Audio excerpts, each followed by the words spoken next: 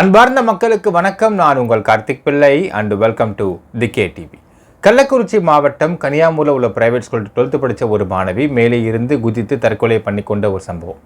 இந்த மாணவியின் பெயர் ஸ்ரீமதி. நடந்து 2022 ஜூலை 12 மக்களே.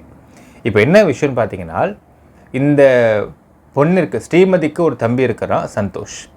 அந்த பையனும் அதே ஸ்கூல் தான் படிச்சுட்டு இருந்திருக்கான். இப்போ ரீசெண்டாக என்னைக்கு அப்படிங்கிறதெல்லாம் உள்ளே பார்க்கலாம். ரீசெண்டாக அந்த பையன் அவங்க சொந்தக்காரங்கிட்ட எனக்கு சக்தி ஸ்கூலில் மறுபடியும் சேர்கிறதுக்கு ஆசையாக இருக்குது, ஆனால் இதை நான் அம்மா கிட்டே சொன்னால் என்னை பயங்கரமாக அடிச்சிருவாங்க, எனக்கு பயமாக இருக்குது அப்படின்னு அந்த பையன் பேசியிருக்கார். சரி, இது ஏன் பேசியிருக்காரு, என்ன நடந்துச்சு, சொந்தக்காரங்களுக்குள்ளே பேசிக்கிட்ட அந்த விஷயங்கள் என்ன, நம்ம சோர்ஸ் சொன்ன முக்கிய தகவல் என்ன, எல்லாத்த பற்றி டீட்டெயில்டாக பார்க்க போகிறோம் இந்த பதிவில்.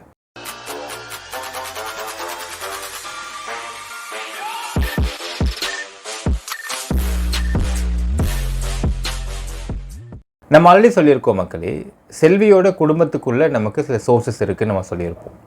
இந்த சோர்ஸஸ் நமக்கு எப்படிலாம் கிடைச்சாங்க அப்படிங்கிறத நம்ம லைட்டாக பார்த்துக்கலாம். கலவரம் முடியுது. கலவரம் முடிஞ்சதுக்கு பிறகு நம்ம இந்த கலவர வழக்கை தொடர்ந்து விசாரிச்சுட்ருக்கோம். அதில் பல தகவல்கள் வெளியே சொல்கிறோம். இந்த கலவர வழக்கை விசாரிக்கும் பொழுது இந்த கலவரத்தை மறைப்பதற்காக விடுதலை சிறுத்தை கட்சி மற்றும் செல்வி எல்லாருமே ஆதரவு கொடுத்து உள்ளே கூட்டு வந்த ஒரு நபர் யாருன்னு கேட்டால் நக்கீரன் பிரகாஷ். இதில் நக்கீரன் பிரகாஷ் பார்த்தீங்கன்னா கிட்டத்தட்ட அந்த பொண்ணை ரேப் பண்ணிட்டாங்க, என் கடிச்சாங்க அப்படின்னு ரொம்ப அருவருப்பாக அசிங்கமாக, அதாவது ஒரு பொண்ணு உயிரோடு இருந்தால் என்னென்ன வார்த்தைகள்லாம் கேட்கக்கூடாதோ அந்த எல்லா வார்த்தையுமே அந்த பொண்ணு செத்ததுக்கு பிறகு, தப்பே நடக்காத பொண்ணு, முக்கியமாக அதை பார்க்கணும் மக்களே. உண்மையாலுமே ரேப் பண்ணப்பட்ட பொண்ணாக இருந்தால் கூட அந்த பொண்ணு எப்படியெல்லாம் ரேப் பண்ணப்பட்டா, என்னெல்லாம் செய்யப்பட்டா அப்படிங்கிற விஷயத்தை ஓப்பனாக வெளியே சொல்ல மாட்டாங்க. அது முக்கியமாக குடும்பத்தார்கள் வெளியே அதை பற்றி பேசவே மாட்டாங்க. இதுதான் ஃபேக்ட், ரியாலிட்டி. ஆனால் இங்கே அங்கே 2 முறை போஸ்ட்மார்ட்டம், 3வது முறை ஜிப்மர் ஆய்வறிக்கை, இது எல்லாத்துலேயும் பார்த்தீங்கன்னா அந்த பொண்ணு ரேப் பண்ணப்படவில்லை, அந்த பொண்ணு கொலை செய்யப்படவில்லை அப்படிங்கிறத ரொம்ப தெளிவாக சொல்கிறாங்க by the medical examination report.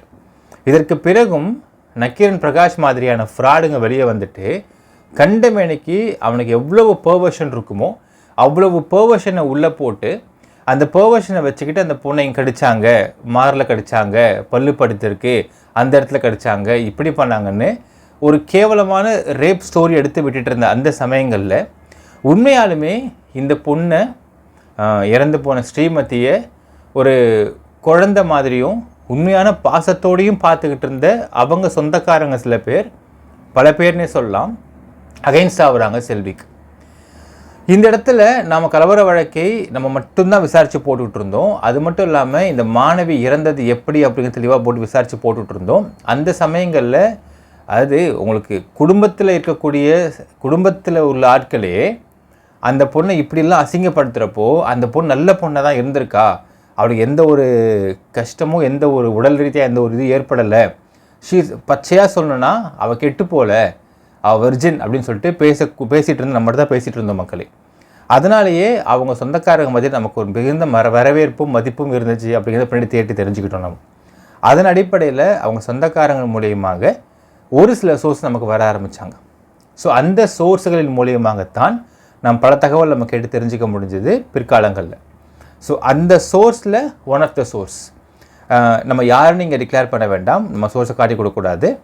அந்த சோர்ஸை ஒன் ஆஃப் த சோர்ஸு கிட்டத்தட்ட ஒரு 1.25 மாதத்துக்கு முன்னாடி சந்தோஷை அந்த சோர்ஸஸ் சொந்தக்காரங்களால் பார்த்துருக்காங்க, மீட் பண்ணியிருக்காங்க. இது எப்படி மீட் பண்ணாங்கன்ற விஷயத்தை நான் விவரிக்க விரும்பல மக்கள். இப்படி விவரித்தால் சோர்ஸ் இங்கே வெளியாகிடும். ஸோ அந்த பார்த்து பேசினப்போ சந்தோஷ் ஒரு இந்த ஸ்கூல் பற்றி, எப்படி ஸ்கூல் போயிட்டுருக்குப்பா, எப்படி போயிட்டுருக்கு, எப்படி படிச்சுட்ருக்கெல்லாம் கேட்டுட்டு இருந்த சமயத்தில் அந்த பையன் செல்வி இல்லாத சமயத்தில் அவன் சொந்தக்காரங்கிட்ட ஒரு வார்த்தை சொல்லியிருக்கான். இந்த மாதிரி எனக்கு திருப்பியும் சக்தி ஸ்கூலில் சேரணும் ஆசையாக இருக்குது. என்ன சொந்தம்னு நான் சொல்ல விரும்பல மக்களே. அவன் என்னென்னு அந்த சொந்தக்காரனை கூடுவான்னு நம்ம சொல்லிட்டா அதுவும் சோர்ஸ் ரிவீல் ஆகிடும். திரும்பி சக்தி ஸ்கூலுக்கு ஆசையாக இருக்குது, ஆனால் இதை நான் சொன்னேன்னா அம்மா என்னை பயங்கரமாக அடிப்பாங்க, என்ன பண்ணுறதுன்னு தெரியல அப்படின்னு பையன் சொல்லியிருக்கான்.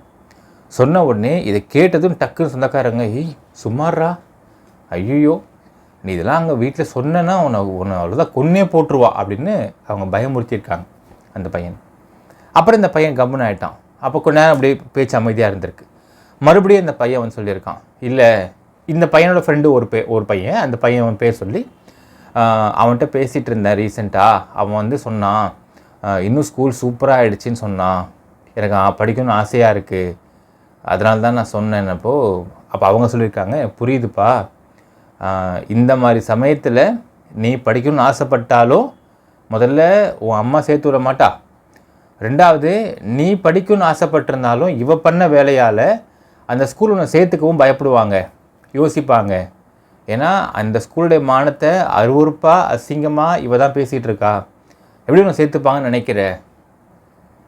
அது மட்டும் அடுத்த சொல்லிக்கிறாங்க, இவ பண்ண வேலையால் பிள்ளை படிப்பு எப்படி கெட்டு போகுது பாருன்னு சொல்லிட்டு அவங்க வருத்தப்பட்டுட்டு இருந்திருக்காங்க உள்ளுக்குள்ளே. அப்போ கொஞ்ச நேரம் திரும்ப அந்த பேச்சு அமைதியாக இருந்திருக்கு. மறுபடியும் இந்த பையன் சொல்லியிருக்கான், அம்மா சொல்கிற மாதிரிலாம் அந்த ஸ்கூலில் வந்து பண்ணியிருக்க மாட்டாங்கன்னு தான் நினைக்கிறேன், ஏன் அம்மா அப்படி பண்ணுறாங்கன்னு தெரில. அதாவது இந்த வார்த்தை எப்படி ஆரம்பிக்குதுன்னு பார்த்தீங்கன்னா, சொந்தக்காரங்க பேசிக்கிறாங்க, எப்படி அந்த பொண்ணை வந்து இவ அசிங்கப்படுத்துகிறா, கேவலப்படுத்துகிறா, அந்த ஸ்கூல் எப்படி மானத்தை வாங்குறான்னு பேசிகிட்டு இருக்கப்போ இப்போ இந்த பையன் சொல்லியிருக்கான், இல்லை அந்த மாதிரி நடந்திருக்க வாய்ப்பு இல்லை தான் நினைக்கிறேன். அப்போது இவன் சொல்லியிருக்கான், இந்த பையன் சந்தோஷ் சொல்லியிருக்கான், நான் ஒரு நாளைக்கு 2 வேளை அக்காவை நான் பார்ப்பேன், காலையில் ப்ரேயர் ஆரம்பிக்கிறதுக்கு முன்னாடி ஒரு வாட்டி பார்ப்பேன், திருப்பியும் ஈவினிங் கிளம்புறதுக்கு முன்னாடி ஒரு வாட்டி பார்ப்பேன், அப்படி ஏதாவது இருந்தால் அக்கா என்கிட்ட சொல்லுவா. அக்கா அப்போ இன்னும் சொல்லியிருக்கான், அந்த சொந்தக்காரங்க சொல்லியிருக்காங்க, கரெக்டுப்பா, அது மட்டும் இல்லை 11th 40 நாள் ஹாஸ்டலில் விட்டுருந்தால, அப்போது இந்த மாதிரி தப்பு நடக்கிறதா இருந்தால் அப்பயே அவளுக்கு தெரிஞ்சிருக்காதா, 12th வேறு ஸ்கூலில் போய் சேர்த்து விட்டுட்டு அந்த ஸ்கூலில் படிக்க மாட்டேன்னு சொல்லிவிட்டு மறுபடியும் இந்த பொண்ணு வந்து இதே ஸ்கூல் சேர்க்கணும்னு சொல்லிட்டு அடம் பிடிக்கிறா.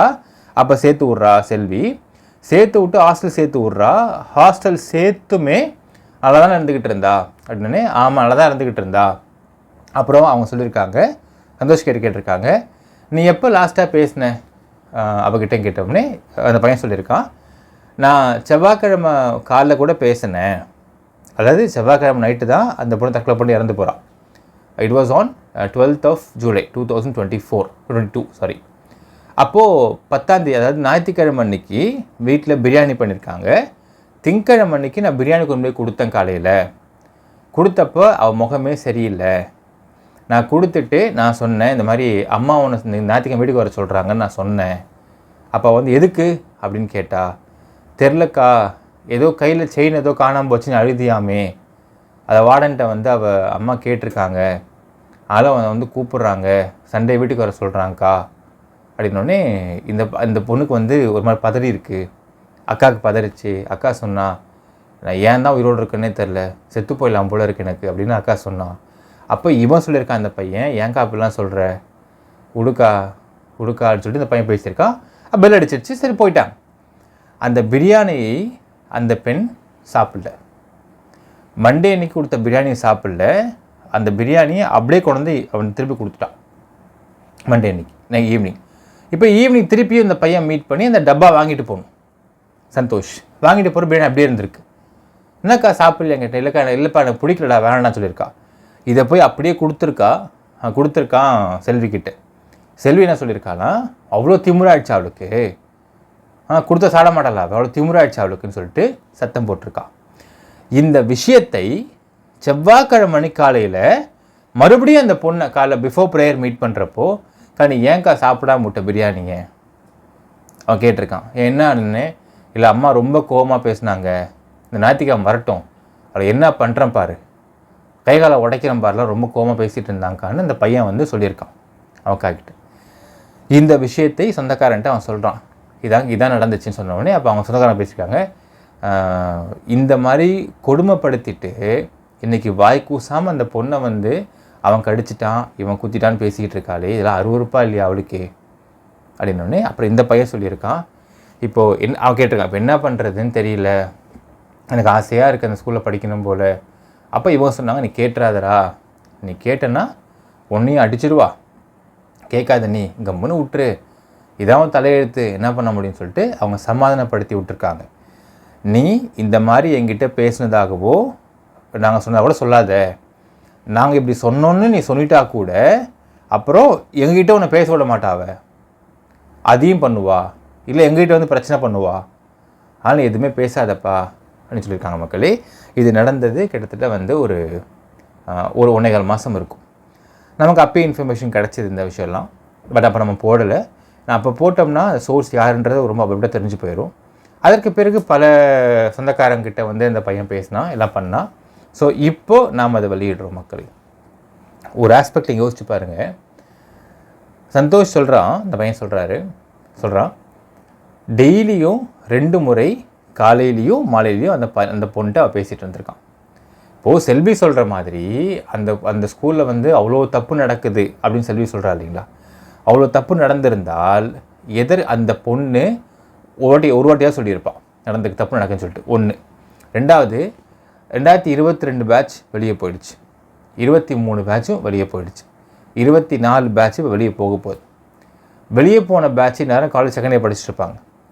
இப்போ இவ சொல்கிற மாதிரி காலேஜோடைய கண்ட்ரோலில் அந்த பசங்க இருந்தாங்க அப்போது, அதனால் அந்த பசங்க வெளியே வந்து சொல்லலை அப்படின்னால் இப்போ காலேஜெல்லாம் முடித்து ஆல்மோஸ்ட் 2 வருஷம் ஆகிப்போச்சு.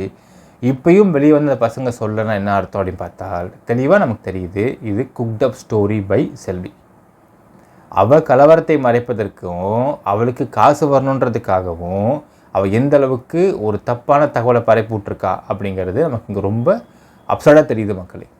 இப்போ என்ன கூத்துன்னு பார்த்தீங்கன்னா, செல்வி கூட சேர்ந்துக்கிட்டு இன்னும் பல நபர்கள் அந்த ஒரு செக்ஸ் ஸ்டோரியை பற்றி பேசிக்கிட்டும் அந்த பொண்ணை ரேப் பண்ணிட்டாங்கன்னு சொல்கிறதும் நமக்கு எப்பவுமே ஒரு ஆஸ்பெக்ட் இருக்கும் மக்களே. இது ஹியூமன் ரியாலிட்டி.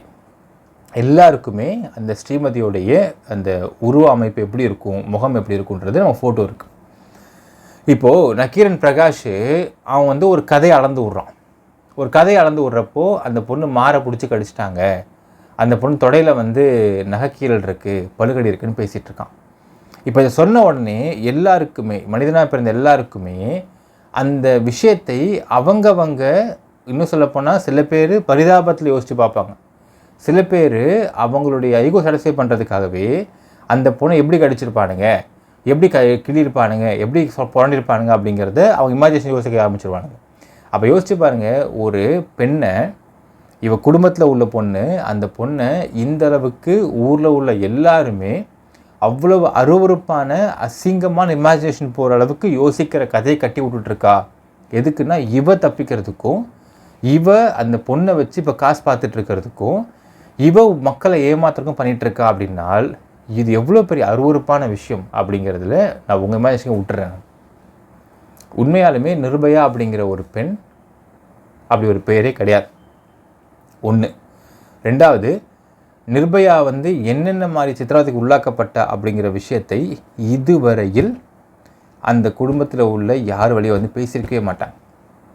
3வது, அந்த பொண்ணுடைய உண்மையான பெயர் இந்தியாவில் யாருக்குமே தெரியாது, எக்ஸப்ட் அந்த ஐஓ அந்த கேஸ் பார்க்குற மட்டும் தான் தெரியும்.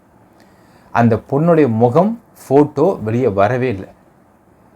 உண்மையாலுமே ரேப் பண்ணப்பட்ட பெண், அந்த பெண்ணை எப்படி வந்து ரேப் பண்ணப்பட்டா அப்படிங்கிற விஷயத்தை பெற்றவங்களால், அண்டர்லைன் பாயிண்ட் மக்களே, பெற்றவங்களால், ஈவன் வளர்த்தவங்களோட எடுத்துக்கலாமே, யாராலுமே வளர்த்துருந்தா கூட அந்த ஒரு விஷயத்தை வந்து இவ்வளோ அருவறுப்பான ஒரு ஸ்டோரி சொல்கிறதுக்கு யாராலையும் முடியாது, நடந்திருந்தாலே.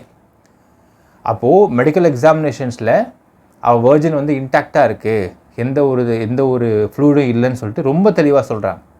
அப்பேற்பட்ட ஒரு விஷயத்தை அப்பேற்பட்ட ஒரு பியூரஸ்ட்டு பெண், இன்னும் பச்சையாக சொல்லணுன்னா கற்பு கரசியை அவள் கற்பை கெடுத்துட்டாங்க, அவள் இப்படிலாம் பண்ணாங்க, இப்படிலாம் கடித்தாங்க, இங்கெல்லாம் புறன்னாங்கன்னு சொல்லிட்டு ஒரு 3வது மனுஷன் எடுத்து விடக்கூடிய செக்ஸ் கதையை செல்வியும் எடுத்து அதை வந்து ஊர்ஜினப்படுத்தி பேசிக்கிற மாதிரி பேசிக்கிட்டு மற்ற எல்லாருமே அவன் இமேஜினேஷன் கதை எடுத்து விட்டுக்கிட்டு இருக்க, அந்த கதைக்கெலாம் சப்பக்கட்டு ஆமாம் சொல்லிட்டு உட்காந்துருக்கானால் இவன் எவ்வளோ பெரிய கேவலமான பொம்பளை அப்படிங்கிறத நீங்கள் பார்த்துக்கோங்க மக்களே. அப்போ அந்த பொண்ணு உயிரோடு இருந்தால் அவள் ஆத்மா எவ்வளோ வருத்தப்படும். நான் வந்து கற்பு உள்ளவடா, ஏன்டா இவ்வளோ அசிங்கப்படுத்துறீங்க, என் தொடை எப்படி இருக்கும், என் தொடை எப்படி கீர்னா நீ பேசிக்கிட்டு இருக்க, என் மாறு எப்படி பிடிச்சா நீ பேசிக்கிட்டு இருக்க, என் மாறை எவனுமே பிடிக்கல, நான் நீட்டாக இருக்கேன் அப்படின்னு அந்த பொண்ணுடைய ஆத்மா எவ்வளோ வருத்தப்படும். இதுக்கு கண்ணுக்கு அது மூக்கு வச்சு பேசுகிறதுக்கு ஒரு டீமு, அந்த டீமை ஆதரிக்கிறதுக்கு செல்வி. இதை எல்லாத்துக்கும் மேலே இந்த இடத்துல சந்தோஷோடைய மனநிலைமை யோசிச்சு பாருங்க மக்களே. அவன் இப்போ தான் வந்து அந்த அடலசன்ட் ஏஜ் கிட்ட வரக்கூடிய நிலைமை, அவனுடைய பருவம். அவனுக்கு இந்த சமயத்தில் அந்த அக்கா முகத்தை பார்க்குறான், அக்கா அவன் இப்படிலாம் சொல்கிறாங்கன்னு யோசிக்கிறான். அவனுக்கு எவ்வளவு சைக்கலாஜிக்கலான டென்ஷன்ஸ், இரிட்டேஷன்ஸ் இருக்கும். அண்ட் அவனுடைய லைஃபே இப்போ தான் ஆரம்பிக்க போகுது படிப்பு அப்படிங்கிற ஆஸ்பெக்டில். அவன் படிக்க நினைக்கக்கூடிய ஸ்கூலில் கூட படிக்க வைக்க முடியாத அளவுக்கும், படிக்க வைக்க நினைக்கிறான்னு இப்போ சொன்னால் கூட ஸ்கூல் அதை ஏற்றுக்கொள்ளக்கூடிய நிலைமையில் இல்லாத அளவுக்கும் ஒரு நிலைமை கொண்டு வந்து விட்டுருக்கா. அப்படின்னால் செல்வியோடைய பணத்தாசையாலையும் செல்வி பண்ண கலவரத்தை மறைப்பதற்காகவும் எப்படியெல்லாம் இது சந்தோஷ் பெத்த பையன் அண்டர்லைன் பண்ணலாம், பெத்த பையனுடைய வாழ்க்கையை அழிச்சிக்கிட்டு இருக்கா செல்வி அப்படிங்கிறத நீங்கள் வந்து கண்கூடாக பார்க்கலாம் மக்கள். இதை விட மிகப்பெரிய பாவச்செயல் உலகத்தில் எதுவுமே இருக்காது. ஒரு பக்கம் அவள் குடும்பத்தில் வளர்த்த பொண்ணை அவள் அவ்வளோ செக்ஸ் கதை பேசிகிட்டு இருக்கிறான். இன்னொரு பக்கம் பெத்த ஒரு பையன் அவன் படிக்கணும்னு ஆசைப்படக்கூடிய பள்ளி கூட படிக்க வைக்க முடியாத அளவுக்கு அவள் நிலைமை உருவாக்கி வச்சுருக்கான். இதை விட ஒரு பெற்றவங்க தண்டனை உலகத்தில் எதுவுமே இல்லை மக்களே. ஏனால் நம்ம எல்லாருமே நினைப்போம், நாம் கஷ்டப்படாமல் பரவாயில்ல, நம்ம பையனையும் பொண்ணையும் நல்ல படிக்க ஆசைப்படுவோம், நல்ல வாழ்க்கை தர ஆசைப்படுவோம், நல்ல வாழ்க்கை தரத்தை கொடுக்க ஆசைப்படுவோம். எல்லா மிடில் கிளாஸுக்கும், எல்லா அப்பர் மிடில் கிளாஸுக்கும், எல்லா ஹை கிளாஸுக்கும் இது ஒரு கனவாகவே இருக்கும். நம்ம கஷ்டப்படுவோம், தப்பு இல்லை, நம்ம புரிய நல்லா இருக்கணும்னு ஆசைப்படுவோம். ஆனால் இன்றைக்கு செல்வி மாதிரியான ஒரு அரக்கிகளால் அங்கே அவள் வளர்த்த பொண்ணுக்கும் வாழ்க்கை வீணாக போச்சு. அந்த பொண்ணு செத்து போனதுக்கு அப்புறமும் அந்த பொண்ணுக்கு கிட்டத்தட்ட அவளை வந்து ஒரு எல்லார் மனசுலேயும் எல்லார் உருவத்துலேயும் அவளை வந்து நிர்வாணமாக அவளை இங்கே கடித்த மாதிரியான யோசிக்க வைக்கிற அளவுக்கும், இங்கே பல்லு பதிச்சிருக்க மாதிரி யோசிக்க வைக்கிற அளவுக்கும் அவளை வந்து ஒரு அருவறுப்பு தன்மையான விஷயத்தை உள்ளாக்கி வச்சுட்டா செல்வி. அந்த பொண்ணும் அவள் வாழ்க்கையும் உயிரோடு இருக்கப்பவும் சரியில்லை செல்வியால், செத்தப்புறமும் அவள் வாழ்க்கை நல்லா இல்லாமல் போயிட்டுருக்கு ஒரு பக்கம். இன்னொரு பக்கம் சந்தோஷ், அவன் படிக்கணும்னு ஆசைப்படக்கூடிய பல்ல கூட படிக்க வைக்க முடியாத அளவுக்கு வாழ்க்கை எடுத்து விட்டான். இப்படி எல்லா விதத்திலும் ஒரு கேவலமான ஜந்துவாக இருக்கக்கூடிய செல்வி உயிரோடு இருப்பதை விட தூக்கு மாட்டு சாவலாம். என்னடா தான் சொல்லுவோம் மக்களே. இதுக்கு மேலே ஒரு பெத்தவளுக்கு தண்டனை எதுவுமே இல்லை. அந்த பையன்கிட்ட கடைசியாக சொன்னாங்க, நான் சொன்னக்காரங்க, டேய் இது உங்கள் அம்மாட்ட போய் சொல்கிறாத, சொன்னேன்னா உனக்கு படிக்க வைக்கணும் நான் கேட்குறேன், உனக்கு அவன் படிக்க போய் அப்படின்னு சொல்லிட்டு உன்னை போட்டு அடிச்சிருவா, இது ஏன் அடி வாங்காதானே. அப்போ என் பையன் பயந்துட்டான், ஐயோ நான் சொல்ல மாட்டேன், சொன்னால் அடிச்சிருவாங்க அம்மா அப்படின்னு பையன் பயந்துருக்கான். ஒரு பெத்தவங்கிட்ட எதுக்கெல்லாம் பயம் இருக்கணுமோ அதுக்கு தான் பயம் இருக்கணும். தப்பு பண்ணால் திட்டுவாங்கன்ற பயம் இருக்கலாம், ஆனால் தான் ஆசையை கூட சொல்கிறதுக்கு கூட சுதந்திரம் இல்லாத அளவுக்கு அவனுக்கு ஒரு பயம் இருக்குது. அப்படின்னால் இதை விட கேவலமான ஒரு விஷயம், ஒரு பெற்றவங்களுக்கான தண்டனை எதுவுமே இல்லை மக்கள். இன்னொன்று சொல்லிக்க ஆசைப்படுறோம், இது ஆல்மோஸ்ட் 1.25 மாதத்துக்கு முன்னாடி நடந்த ஒரு சம்பவம். இதை நான் சொல்லாமல் வச்சுருந்தோம், இப்போ நாம் இதை ரிலீஸ் பண்ணுறோம். ரிலீஸ் பண்ணதுக்கப்புறம் அந்த சந்தோஷை செல்வி மிரட்டலாம், அடிக்கலாம், சித்திரவதைப்படுத்தலாம், அவனை வந்து மிரட்டி ஏதாவது பேச வைக்கலாம். இப்படி ஏதாவது ஒரு சந்தர்ப்பமோ ஒரு சித்திரவதையோ அந்த பையனுக்கு ஏற்பட்டுச்சுனால் சந்தோஷ்கெல்லாம் கேட்டுக்கப்பா தம்பி, நீ ஏதாவது ஒருத்தவங்க ஃபோனை வாங்கி உடனே 100 கால் பண்ணி போலீஸ் எடுப்பாங்க. எடுத்தோடனே நான் இந்த மாதிரி இந்த வீட்டில் இருக்கேன், என் அம்மா செல்வி என்னை போட்டு சித்திரவதை பண்ணி அடிக்கிறா, என்னை காப்பாற்றுங்க அங்கிள்னு சொல்லு. போலீஸ் உடனே ஸ்பாட்டுக்கு வருவாங்க. ஏனால் நம்மளால் முடிந்தது அந்த பையனுடைய உயிரை நாம் தான் இப்போது காப்பாற்ற வேண்டும். எப்படி ஸ்ரீமதியை அடித்து சித்திரவதைப்படுத்தி அவளை வந்து அவ்வளவு மனசு உடைய வச்சு தற்கொலை பண்ண வச்சாலோ செல்வி, அந்த மாதிரி சந்தோஷ் பண்ணிடக்கூடாதுன்றதுக்கு நாம் உறுதுணையாக இருக்க வேண்டும். ஸோ அதற்கு நாம் பண்ணக்கூடிய ஒரே விஷயம் என்னென்னு பார்த்தீங்கன்னா மக்களே, அந்த பையனை இனிமே செல்வி அடித்தாலோ, முக்கியமாக இந்த காரியத்துக்கு அடித்தாலோ, முக்கியமாக இந்த சம்பவத்துக்காக அடித்தானால் 100 உடனே கால் பண்ணு தம்பி, உடனே போலீஸ் வருவாங்க, உன்னை காப்பாற்றுவாங்க. ஏன்னால் உன்னுடைய உடம்பும் உன்னுடைய உயிரும் ரொம்ப முக்கியம். நாளைக்கு உண்மையாலுமே இந்த குடும்பத்தில் இந்த செல்வி அந்த மாணவி ஸ்ரீமதிக்கு பண்ண ஒரு மிகப்பெரிய வலியையும் துரோகத்தையும் தட்டி கேட்க போகிற உரையால் இந்த பையனாக தான் இருக்க முடியும்.